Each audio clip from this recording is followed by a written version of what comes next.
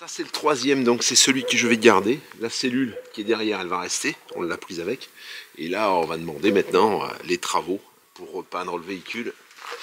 Bon, tu vois, les pneus sont beaucoup plus larges, par contre le système de gonflage, pour l'avoir il faut changer les pneus. Et ça tourne impeccable. On est resté sur le même système de booster là par contre.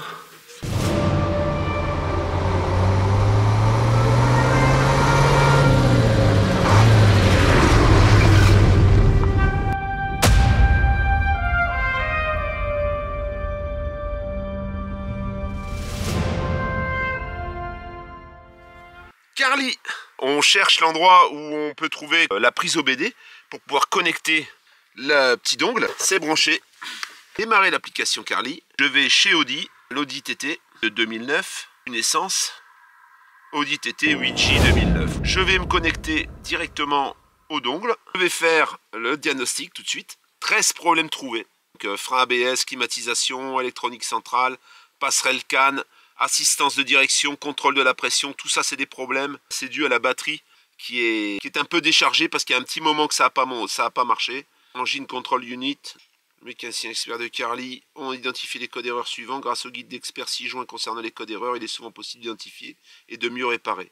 Donc c'est anti-démarrage actif avec l'aide du véhicule non reconnu. Assistance de direction, un problème. Je vais résoudre les problèmes, on va voir ce que ça va donner. Normalement il faut démarrer la voiture. Voilà, diagnostic terminé. Et on a une voiture qui est en bon état, tu vois, c'est vert. Donc de temps en temps, il faut vérifier les problèmes. Tout a été vérifié, il n'y a rien. Hein. La voiture est en parfait état. On est en train de voir si je peux régler quelques options, ajouter des options invisibles, donc des options qui sont vendues par le concessionnaire lors de l'achat de la voiture neuve, mais qui sont déjà équipées, hein, qui sont déjà à l'intérieur du véhicule. Je remonte toutes les vitres en appuyant sur un bouton, bah ça c'est une fonction que tu peux activer. Je peux arrêter les feux de jour, je peux régler la luminosité des feux de brouillard. Par exemple, je vais mettre 100%. Clignotant simple touche, juste en touchant, tu peux le mettre en marche ou l'arrêter. Tu peux régler aussi les feux de virage, mode de feu de virage, surveillance tension. Je supprime la surveillance des feux de croisement parce que tu vois, j'ai toujours un voyant au tableau de bord. Je suis obligé d'allumer les phares pour pouvoir faire éteindre ce voyant parce qu'il ne reconnaît pas les ampoules. Compris et accepté. OK. Carly est en cours, on va voir si ça fonctionne. Je vais les couper puis remettre au contact. OK. Et je remets le contact. Je crois que ça a marché. Ouais, je pense que ça a marché. Voilà, les voyants sont plus allumés. Ça fait que là, j'ai stoppé la surveillance des feux de route et feux de croisement parce que je suis sur des ampoules LED et que le système ne le reconnaît pas.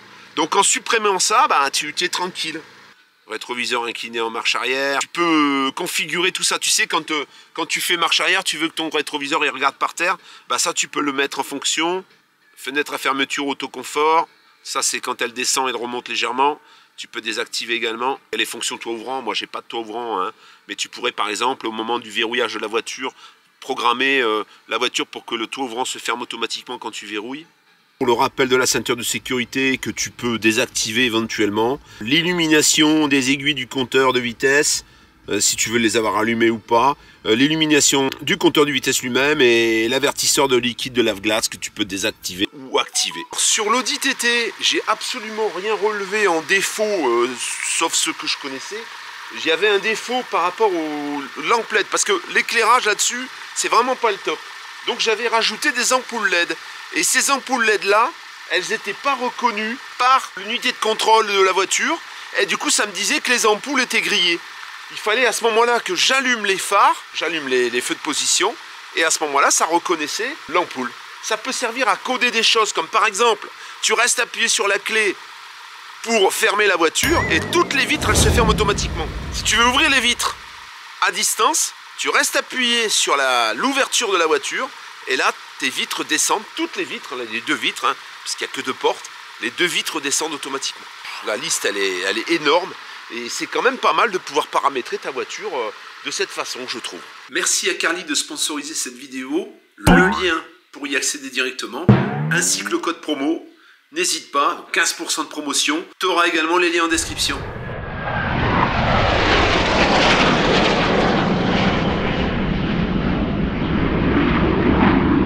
Ça, c'est le troisième, donc c'est celui que je vais garder. La cellule qui est derrière, elle va rester. On l'a prise avec. Et là, on va demander maintenant les travaux pour repeindre le véhicule. Donc, tu vois, les pneus sont beaucoup plus larges. Par contre, le système de gonflage, pour l'avoir, il faut changer les pneus.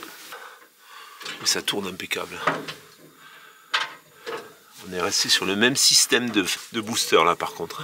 Et là, c'est l'intérieur de la cellule. Voilà, il y a les fenêtres à remplacer. De toute façon, ça ne va pas rester. Le petit hublot là. Ok. Voilà, ça c'en est un autre. Alors, il y a un signal sonore parce que les bouteilles sont pas encore gonflées. Avec le voyant, tu vois. Mais ça tourne nickel. Bon, celui-ci marche très très bien. Il y a moins de boulot en peinture. Hein. Tu vois, dans les cellules, normalement, voilà comment ça reste dedans. Ça, c'est tout d'origine encore. Hein. Il y a toute la radio. Hein. Et ça, je sais pas ce que c'est. C'est voilà, hein, l'antenne qui doit sortir, je sais pas par où. Les sièges. Ça, c'est une cellule qui est impeccable. Hein. Camion en 6.6. Vieux camion. Vache. Oh, oh, oh, oh, oh. Ça, c'est le torpedo. Avec le treuil à l'avant. Ah, ça se replie comme ça. Oh, oh la vache. Ah ça. Waouh. Impressionnant. Boki i impreza. I party. I party.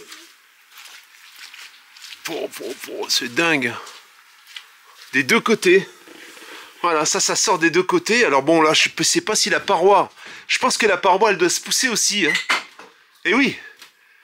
Tu ouvres la paroi et puis ça fait un... Impressionnant. Des deux côtés.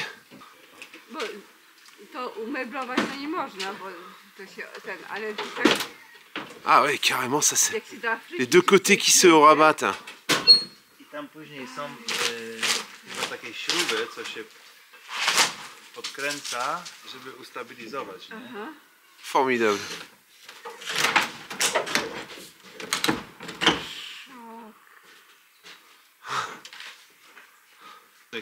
Ah, même ça. Oh là là, même devant.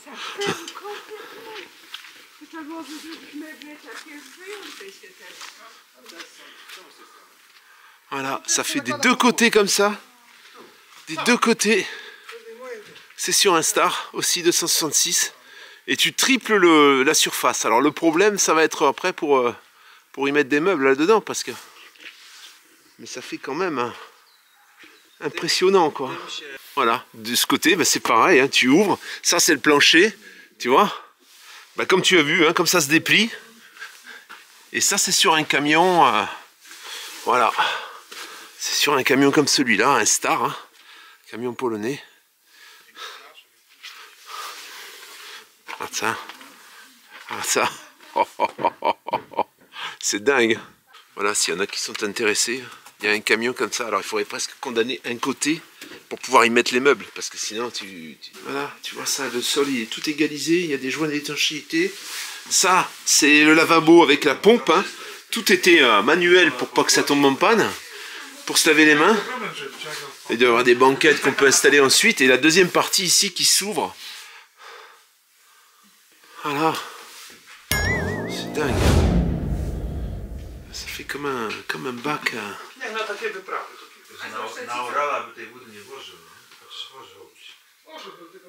Ça, c'est le chauffage gasoil. Voilà. Ça, c'est une soufflerie gasoil en fait. T'as même le chauffage, tu vois. Le problème, c'est toujours pareil, c'est toujours l'immatriculation en fait. Hein. Parce que ça, pour homologuer un truc comme ça en France, c'est impossible. Donc il faut le garder, l'immatriculer ici, quoi. Tu vois. To pokażemy wideo. Zobaczymy. Ah ça, Ça va en même temps, hein. Il y a des renvois de... Et hop, voilà. Ah la vache. Vas-y. Incroyable. Camion magasin, camion, tu peux faire tout un tas de trucs avec ça.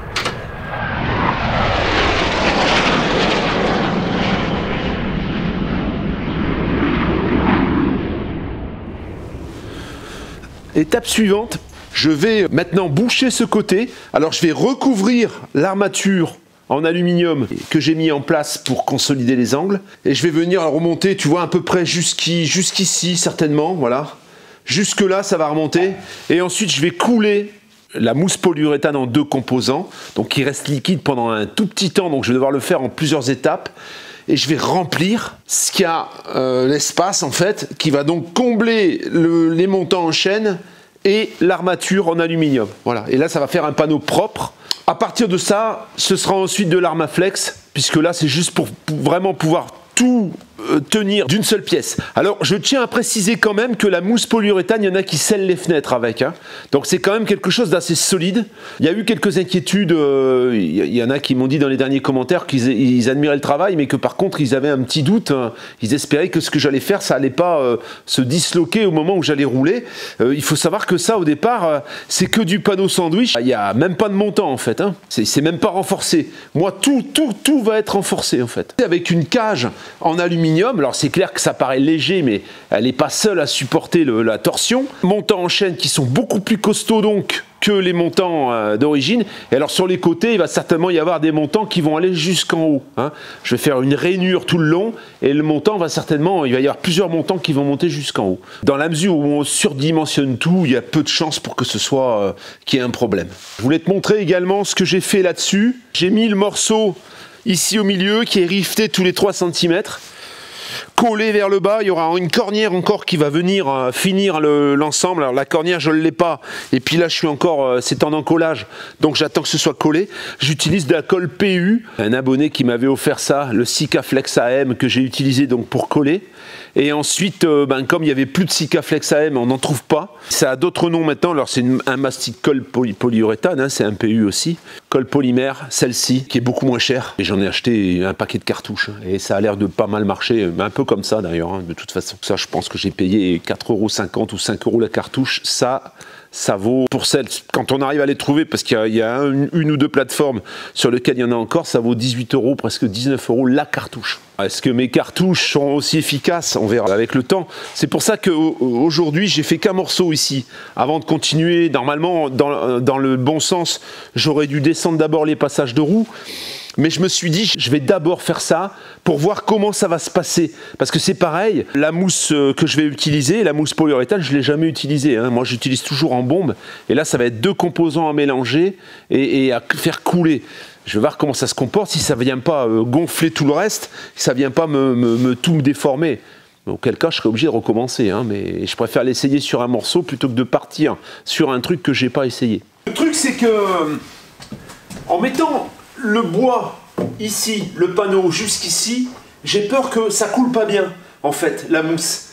Si elle commence à gonfler, par exemple, elle va se stopper là au milieu et ça risque de ne pas bien remplir. Alors, comme je ne l'ai jamais fait avec une mousse comme ça en 2 composants à mélanger, j'ai choisi plutôt de faire 30 cm. Donc, ça va venir combler la partie devant le châssis, hein, puisque le bois descend devant la bordure, ça va venir combler l'entre-deux et ça va venir monter. Alors je vais essayer de ne pas trop en mettre pour pas que ça déborde, mais ensuite je ferai par morceaux. Je vais d'abord voir comment ça gonfle pour éviter de faire des conneries. Voilà, parce que si toutefois ça devait gonfler au milieu et pas remplir le fond, ce serait ridicule quoi, hein. Donc voilà, j'ai découpé ça en 30 cm là. Je les visse donc dans les montants en aluminium. Et ensuite, je vais préparer la mixture et puis on va le faire ensemble. La mousse polyuréthane que je vais utiliser, c'est de la mousse en 2 composants. Le composant A, apparemment polyol. Et le composant 2, isocyanate. 100 g de composant A, 100 g de composant B, donc on met moitié-moitié. Alors je ne vais pas mélanger la totalité des deux pots d'un coup parce que je ne connais pas du tout le résultat. Je ne sais pas de combien ça va gonfler, je ne voudrais pas que ça me déborde et puis que ça vienne me péguer tout l'intérieur. Alors bon, ce sera pas un grand mal puisque je réussirai à l'enlever quand même, mais je vais pour commencer faire 1,5 kg.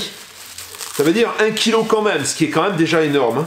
Hein. Le truc, c'est qu'il va falloir quand même aller relativement vite parce que tu dois le mélanger d'une manière homogène, mais pas trop vite et pas trop longtemps pour pouvoir vite, ensuite, par contre, le verser dans les trous.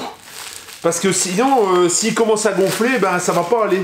500 ml, et j'ai bien fait d'ailleurs, parce que là, je pense que ça va pas couler très rapidement. Là, on y est. Donc, tu vois, il n'y a pas 2 fois 400. Hein. Je vais mettre 400 également. Là, le pot est plus gros. Ensuite, on mélange les deux, et alors là, il va falloir aller se faire assez vite. Voilà, on mélange les deux comme ça.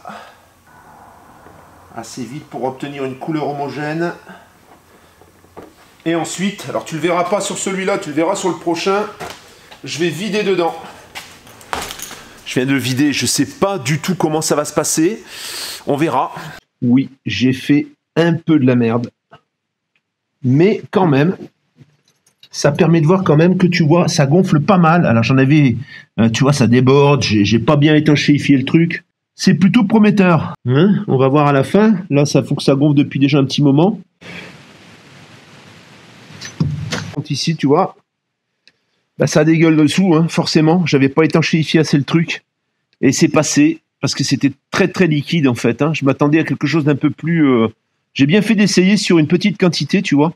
Je vais mettre de la mousse dans le fond du reste avant de mélanger et de faire la mousse comme je l'ai faite là.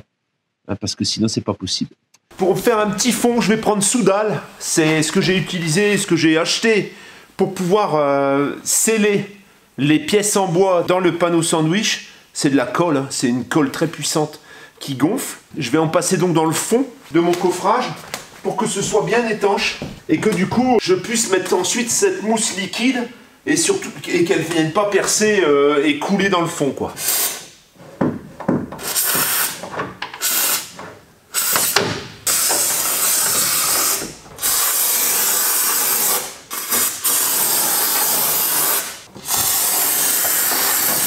Logiquement, il faudra nettoyer ça à chaque fois, après chaque utilisation. Parce que si tu ne le nettoies pas, le pistolet, ça devient tout sec dedans. 1 heure à attendre avant de finir de continuer. Première partie, donc, c'est coulé. Alors, il y en est passé pas mal, parce qu'il y avait pas mal de trous quand même. Malgré que je pensais que tout était bouché, bah, c'était pas bouché correctement. J'ai dû en ramasser de l'autre côté, le reverser dedans. Bon, globalement, ça va. Ça a fait le taf. Je vais remettre maintenant une bande de 20 cm de contreplaqué et je vais recouler derrière. Donc il va rester un petit espace ici pour que je puisse passer la mousse, tout simplement. Voilà, donc nettoyer un peu ici pour que ça plaque bien. Et ça fait une paroi bien dure, hein. C'est ce qu'il fallait. Au départ, c'est vrai que j'ai douté un petit peu, j'étais presque prêt à commander de la bombe. Mais la bombe, en fait, j'ai l'impression que ça gonfle un peu plus et que du coup, c'est plus mou, tu vois.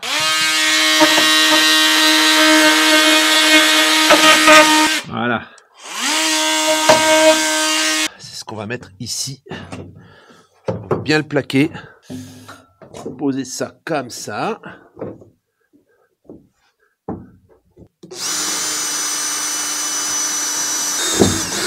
Alors c'est vrai que ça peut paraître étrange le fait que je suis parti sur 2 morceaux et que je l'ai fait en 2 fois, mais je voulais vraiment maîtriser la mousse. Et j'ai eu peur qu'en mettant trop de hauteur, ça déborde et tout. Donc ça, c'est un coup d'essai. Hein. C'est le premier.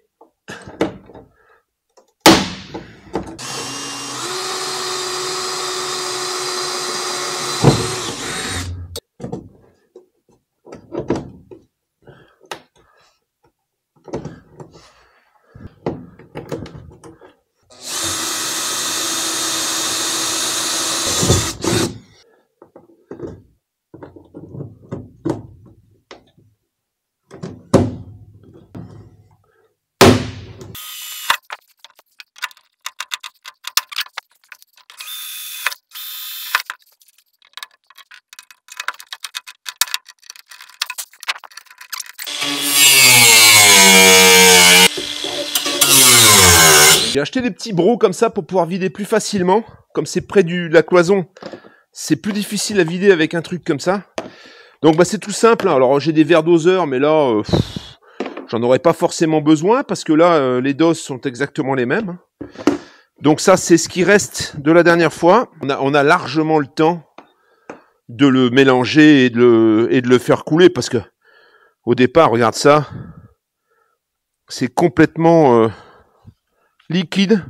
Alors je conseille quand même, ça vient de chez eBay, je conseille quand même d'enlever les bouchons, parce qu'il y a des espèces de bouchons un peu troués, juste pour faire passer un petit peu de produit, mais c'est chiant, franchement, et puis la plupart du temps, il tombe dedans. C'est pas très économique, on va dire. Et ensuite, on vide le marron. Ça, c'est un peu translucide, un peu brun, tu vois. Ça fait que tu vois bien après comment ça se mélange.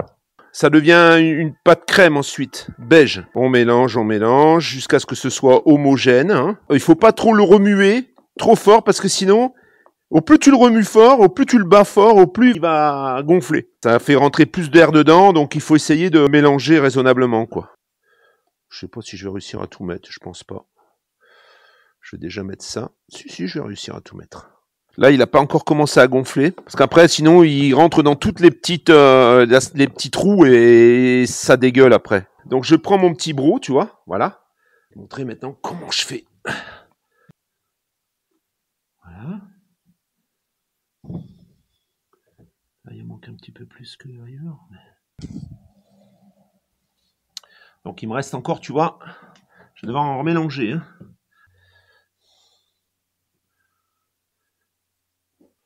Comme tu peux le voir, ça gonfle pas mal. Voilà. Alors, j'espère que j'en ai mis juste assez pour que ça monte jusqu'à toucher la paroi. Je suis pas sûr, on va voir. Je vais pas en faire plus pour ce soir. Tu vois, j'en ai rajouté un petit peu ici. Voilà, ça commence à bien dégueuler partout, tu vois. Il suffira de le couper ensuite. Et là, bah, ça commence à gonfler doucement. Je sais pas si là j'en aurai assez, si je vais pas devoir en remettre. Tu vois, là dans l'angle, par exemple, ça commence à gonfler aussi. On verra ça demain. Ça va faire un truc bien costaud, bien solide. On va aller voir à l'extérieur. J'espère que ça aura pas gonflé. Eh, ça n'a pas l'air. Ça n'a pas l'air. Pas plus que ce que ça ne l'était. On voit que ça passe un peu, tu vois, ici. Mais bon, là ici, c'était un petit peu resserré, c'est normal, hein, tu vois. Voilà, ça, c'est la tôle qui a... C'est la tôle qui a gonflé un petit peu, mais légèrement. Je pense qu'on est pas mal. On est pas mal. Ça n'a pas bougé. Ça commence à bien dégueuler là-bas. Regarde. Je vais devoir ramasser. Alors, on est le lendemain. Qu'est-ce que ça donne? Bon, là, tu vois, c'est passé un petit peu. Donc, ça fait, à mon avis, on est vraiment... ça fait vraiment étanchéité, hein, le truc. Hein. D'ailleurs, on l'utilise pour la pose des fenêtres, je te le rappelle. Donc là, tu vois, ici, par exemple. Alors, maintenant, tout ça, ça sonne plein, bien sûr. Tu vois? Voilà, là on est sur un vrai panneau sandwich. Je suis plutôt satisfait. Je dois t'avouer que je suis assez... Regarde. Alors bon, ça a dégueulé un peu partout, hein. Forcément, ça passe par tous les petites... Partout en fait, hein. Mais bon, tu peux voir, là c'est monté. Alors j'aurais certainement peut-être un petit peu en rajouté là et là. Un petit peu là, il y a un petit manque aussi. Mais tout le reste, regarde comme ça a dégueulé. Là maintenant, ça va être à découper, tu vois. Je vais prendre ça. Voilà, tu vois. Ça va se découper très très bien.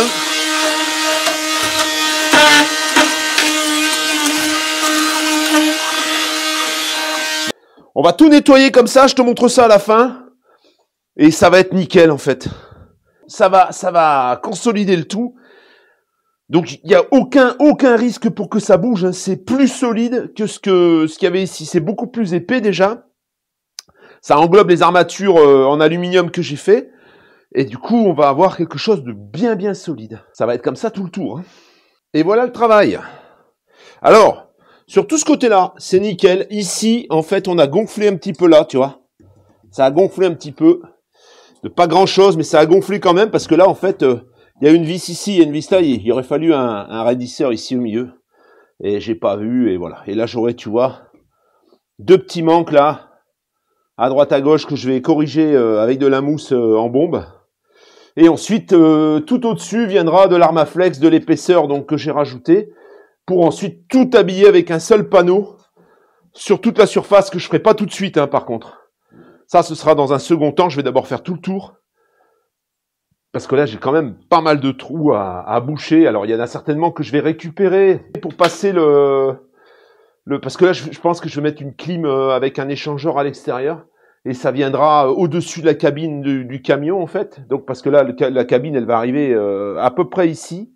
Et toute cette partie-là, je pourrais faire quelque chose au-dessus. Donc, je ne sais pas encore si je vais agrandir, faire des placards qui sortent de l'autre côté. Il y aura certainement une galerie qui va être fixée là-dessus, comme c'était le cas avec le chauffage. Sauf que là, il y aura quelque chose qui va venir au-dessus du camion et dessus, il y aura certainement le refroidisseur de clim et puis d'autres trucs, quoi, on verra.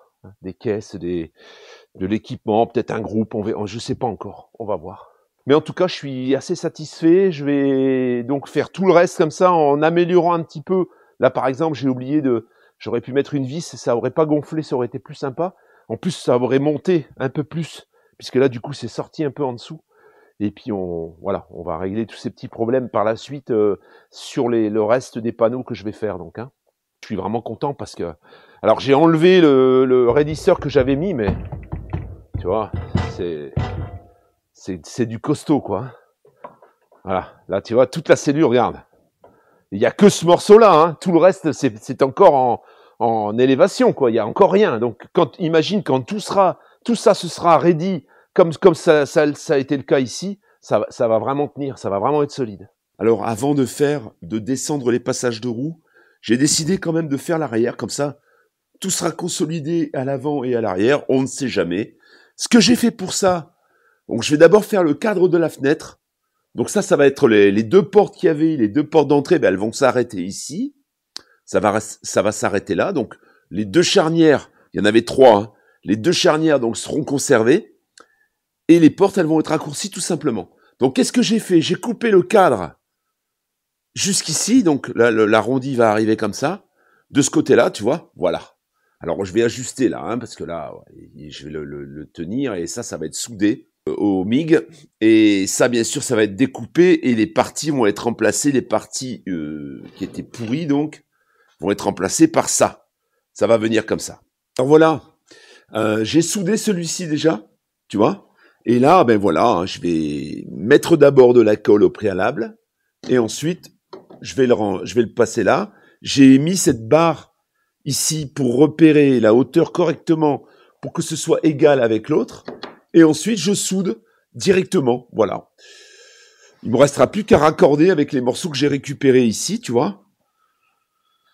Ressouder des deux côtés, et j'aurai mon cadre, j'aurai mon dormant. Il me restera plus qu'à recouper les portes, ce que je ferai pas tout de suite, hein.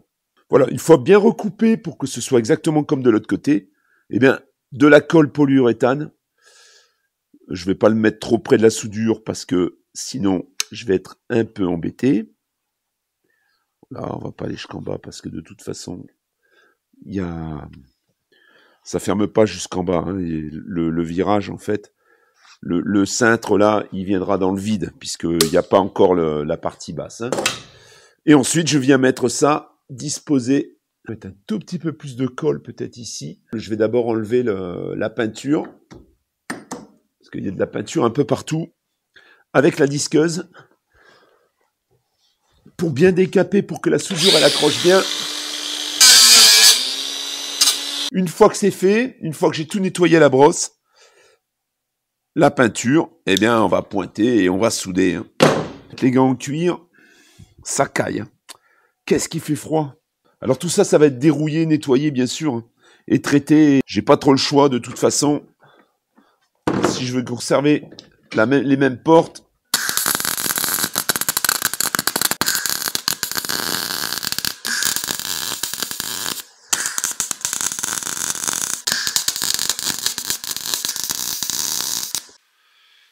ça y est, j'ai fini de souder tout ça, je l'ai disqué, je l'ai meulé, etc. Les soudures sont propres. Je viens de passer ici en bas cette fameuse, donc ce dont je parlais la dernière fois, ce traitement époxy contre la rouille. C'est un transformateur de rouille, on va dire, sur toute la partie basse. Je vais pouvoir commencer à mettre mes montants. Ici, il va y avoir donc un cadre que je vais recouper, en fait. Ça va être ce cadre-là. Ça, c'était le cadre de la fenêtre qui allait ici. Là, il va y venir une porte, donc je peux récupérer ce cadre. Je vais le faire beaucoup plus court. Plutôt dans ce sens-là, d'ailleurs, je pense. Et il va être ici en dessous pour pouvoir accéder à la soute. Alors au départ, je voulais faire un énorme tiroir ou plusieurs tiroirs pour les sortir, les verrouiller, ensuite fermer. Le problème, c'est que les tiroirs vont m'empêcher d'accéder sur les côtés, parce que là, je vais laisser les côtés en fait. Je vais pas faire une ouverture sur toute la largeur, donc je pense que ce sera plutôt des portes. Il y aura peut-être après un tiroir au milieu pour pouvoir sortir des choses, mais il faut que je puisse accéder aux deux côtés. Les prochains travaux, donc je ne sais pas si je vais faire ça aujourd'hui. Je vais essayer tout au moins d'y avancer un petit peu, mais je ne sais pas si tu verras ça dans cette vidéo ou dans la vidéo prochaine. Hein, j'aimerais bien donc faire les deux pignons, on va dire. Voilà, les deux, l'avant et l'arrière, pour attaquer ensuite les côtés avec les passages de roues à rabaisser. C'est fini pour cette petite vidéo. Il va falloir attendre la prochaine. J'espère le plus tôt possible. Ça dépend du temps, parce que elle prend beaucoup de temps.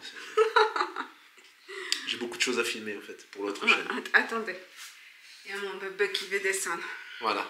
Qu'est-ce que tu dis, Chatounette, sur ce canal que on te voit rarement ici? Mais quand on me voit, c'est pour des choses utiles. Pour montrer ça. Alors, vas-y. Concret. Alors vas-y, je t'écoute. Qu'est-ce qu'il y a d'utile? Vas-y.